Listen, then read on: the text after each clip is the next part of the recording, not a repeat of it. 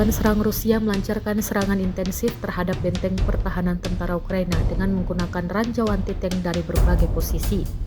Rekamannya diunggah di Telegram pada Selasa 18 Maret 2025. Dalam rekaman yang beredar, terlihat pasukan Rusia melemparkan ranjau ke dalam parit pertahanan Ukraina, meningkatkan tekanan terhadap pasukan lawan yang berlindung di dalamnya.